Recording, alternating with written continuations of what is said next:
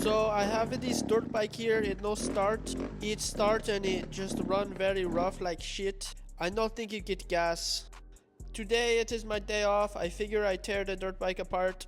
I really do not know what to expect getting into this dirt bike. I just know it no start. It seemed the fuel pump squirt fuel, so I take a subframe off and decide to track the compression. And well, yes, compression about 100 psi. So I know the compression not a problem. My next best guess to this problem is going to be the fuel injector / throttle body. So I clean it out and put it back into the bike. After I have it put into the bike, I try to see if the bike will start. And yes, the bike no start. The bike no start. I forgot exhaust, but regardless, I cannot get this bike to start. Maybe you leave in comments what is wrong with this bike. Thank you for watching this video, and make sure you are subscribed.